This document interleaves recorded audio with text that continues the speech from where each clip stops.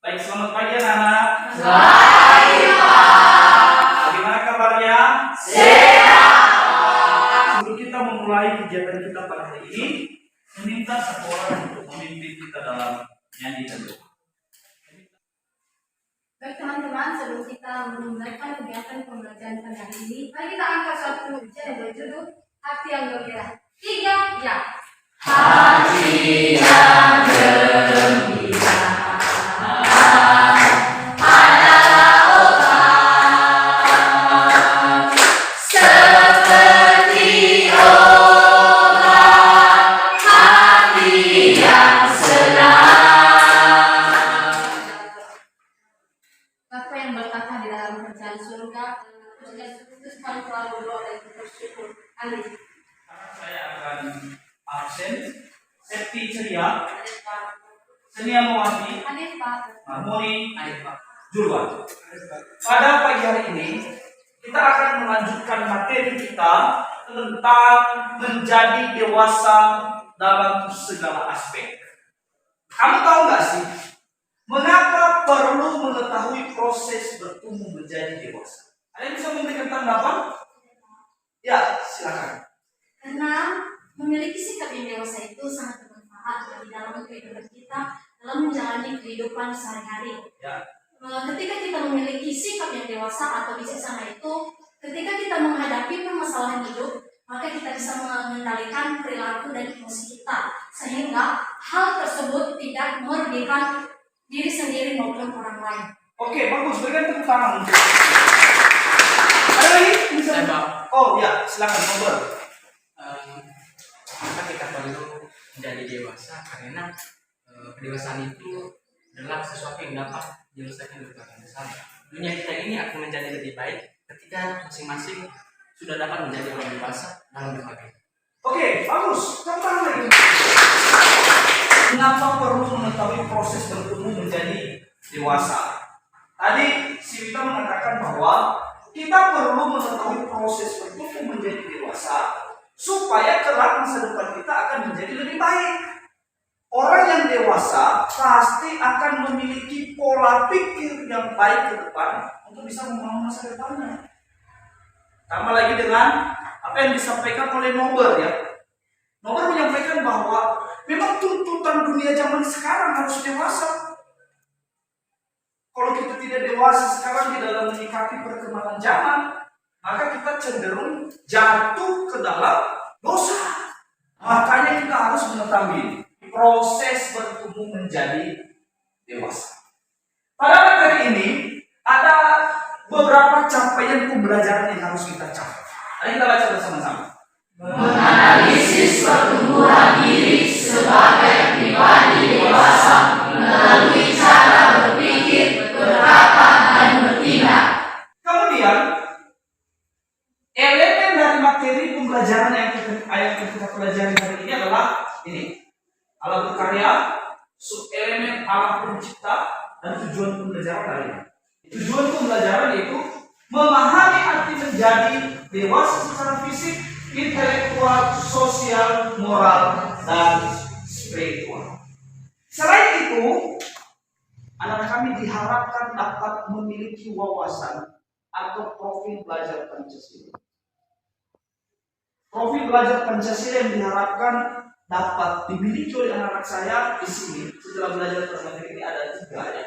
Pertama ini, belajar menjadi pribadi yang mandiri. Kau mandiri ya? Kau mandiri? Tidak bergantung pada orang lain. Itu mandiri. Artinya menghargai diri sendiri itu dapat terwujud dalam sikap integritas yang menampilkan tindakan yang konsisten dengan apa yang dikatakan dan dipikirkan. Mandiri. Yang kedua ini, bernalar kritis. Bernalar kritis itu artinya mampu memiliki pemahaman secara cepat dan tepat. Yang ketiga ini kreatif. Selalu berupaya aktif menolong orang-orang yang membutuhkan dan mencari solusi terbaik. Kreatif, ada ide, dan ide itu bisa menjadi solusi. 3 profil belajar Pancasila yang harus dipahami oleh anak-anak saya di sini. Sekarang kita masuk pada materi. Ya, materi dan mengajar tentang menjadi dewasa dalam segala aspek. Sebelum saya lanjut, kita lihat dulu satu ayat Alkitab. Dalam Lukas pasal 2 ayat 52. Ada yang mau Alkitab? Ada Pak.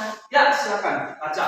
Lukas pasal 2 ayat 52 mengatakan, dan Yesus makin bertambah besar dan bertambah hikmatnya dan besarnya dan makin dikasihi oleh Allah dan manusia. Mari kita baca bersama-sama, ada di ayat itu ya.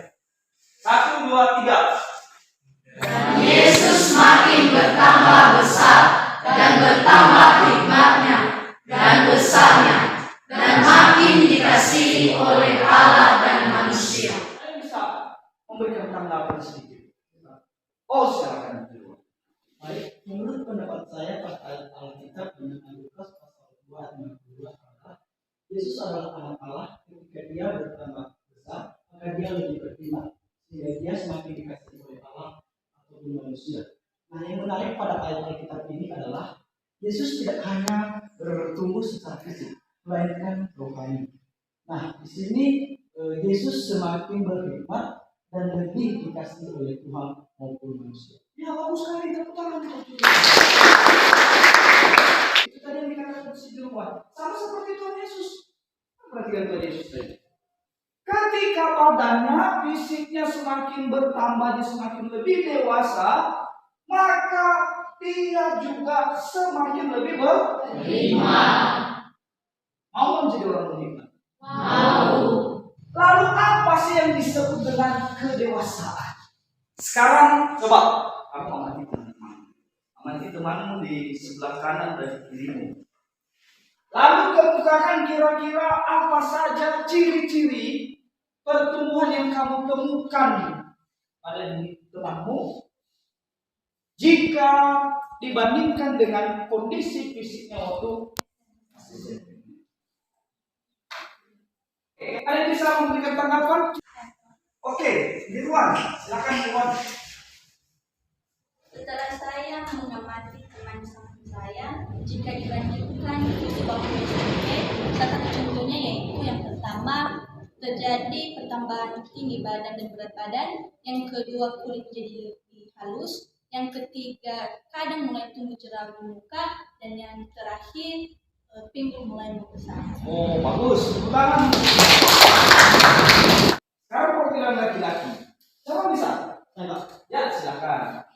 setelah saya mengamati teman saya di samping saya, perubahan bentuk fisiknya waktu SMP yaitu terjadi pertama pertumbuhan tubuhnya dan berat badannya bertambah. Oke. Dan tumbuh kumis dan ada kadang-kadang tumbuh jerawat di mukanya. Oke. Bagus. Tepuk tangan dulu untuk. Nah, di sini kita melihat ada perbedaan kan? Ada perbedaan tadi dengan pertumbuhan atau perkembangan fisik pada perempuan. Ada juga yang sama bertambahnya tinggi badan dan berat badan. Sekarang mari kita coba melihat materi tentang tumbuh menjadi dewasa dalam segala aspek. Coba diperhatikan gambar di layar di depan. Ini adalah proses pertumbuhan menjadi seorang bayi, lalu bertumbuh menjadi anak-anak, bertumbuh menjadi dewasa, bertumbuh menjadi orang tua. Yang kedua adalah kedewasaan secara kognitif. Kedewasaan secara kognitif ini hampir sama dengan kedewasaan berpikir. Yang ketiga adalah kedewasaan secara emosional. Ketika kita mau dewasa secara emosional, hendaklah kita bisa mengontrol emosi. Yang keempat adalah kedewasaan secara sosial. Yang kelima adalah kedewasaan secara moral, karakter. Jadi orang pintar tapi tidak bermoral. Dalam hidup ini, setiap orang diharapkan harus bisa dewasa secara moral. Yang terakhir adalah kedewasaan secara spiritual. Bagaimana kita mengukur seseorang sudah dewasa secara spiritual?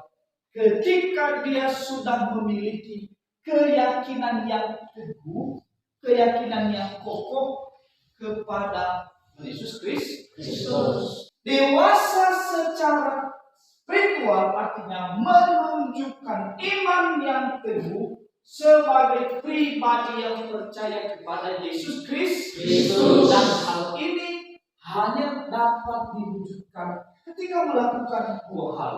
Yang pertama adalah rajin beribadah, yang kedua rajin membaca Alkitab. Kita akan masuk pada tugas kelompok. Silakan perhatikan nama-nama kelompoknya di atas layar proyektor. Kelompok 1 nanti bentuk kelompok di sini ya. Nama Septi Ceria, Rita Murni, Marjuki dan Tober. Kelompok 4 Mobertus, Leli Marlina, Oberianus dan Sidina. Ada yang belum disebut nama? Tidak. Ya, silakan. Baik. Tugasnya adalah di sini saya sudah menyiapkan LKPD. Nanti ada 4 pertanyaan di dalam LKPD ini dan masing-masing kelompok akan menjawabnya. Kelompok 1 ini LKPD. Kelompok 2 kelompok 3 dan kelompok 4. Ada 4 pertanyaan.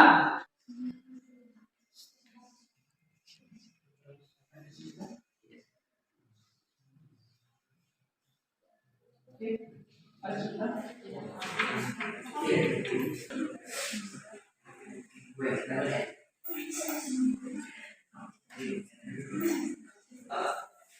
Baik, sudah selesai semua? Baik, jika sudah, maka sekarang masing-masing kelompok akan mempresentasikan hasil diskusi kelompoknya. Ya, pertama saya berikan kesempatan untuk kelompok 1. Terima kasih kesempatan yang telah diberikan kepada kami untuk menyajikan hasil diskusi kami. Langsung saja yang pertama yaitu pengertian bersekolah dan pengertian bertumbuh dewasa menurut aspek perkembangan. Menurut kami, beberapa aspek perkembangan itu mencakup 6 aspek. Yang pertama yaitu secara fisik, secara intelektual, secara emosi, sosial, moral atau spiritual dan identitas diri. Yang kedua yaitu manfaat menjadi dewasa. Menurut kami, manfaat menjadi dewasa yaitu agar kita dapat menghadapi permasalahan dan mengendalikan emosi dalam kehidupan sehari-hari, sehingga kita dapat mengendalikan diri, sehingga kita dapat tidak merugikan diri sendiri atau orang lain. Ya, bagus, terima kasih. Berikan tepuk tangan. Mungkin kelompok 4 bisa memberikan tanggapan? Ya, silakan. Baik, saya menanggapi bahwasanya jawaban dari ataupun sajian dari kelompok 1, 2 dan 3 itu sudah sangat tepat. Nah, artinya dewasa itu sangat perlu dalam kehidupan sehari-hari. Kita semakin dewasa, maka kita akan juga semakin berhikmat. Ya, terima kasih. Berikan tepuk tangan. Sekarang semua LKPD-nya dikumpul di mana? LKPD diserahkan. Setelah belajar pada materi bertumbuh menjadi dewasa dalam segala aspek pada hari ini, adakah di antara anak-anak saya di tempat ini yang bisa membuat kesimpulan tentang apa yang sudah kita pelajari? Ya, bagus. Putra. Menurut saya, bertumbuh menjadi dewasa mencakup beberapa aspek. Dewasa secara fisik, dewasa secara intelektual atau kognitif, dewasa secara emosional, dewasa secara sosial, dewasa secara moral atau spiritual, dan yang terakhir, dewasa secara identitas diri. Yang artinya, setiap peserta didik harus bisa mengartikan ataupun memahami setiap aspek ini di dalam kehidupannya tersendiri, sehingga dia mampu menilai diri sendiri dari orang lain. Bagus, yang mau kita membaca kalimat ini bersama-sama. 1, 2, 3. Bertumbuh menjadi dewasa pada sikap kekanak-kanakan. Baik, itu saja. Minggu depan kita akan bertemu kembali pada materi yang berbeda, yaitu materi melangkah bersama Allah. Kita akan mengakhiri pertemuan hari ini. Saya minta satu orang yang memimpin kita dalam doa. Terima kasih, sampai bertemu. Selamat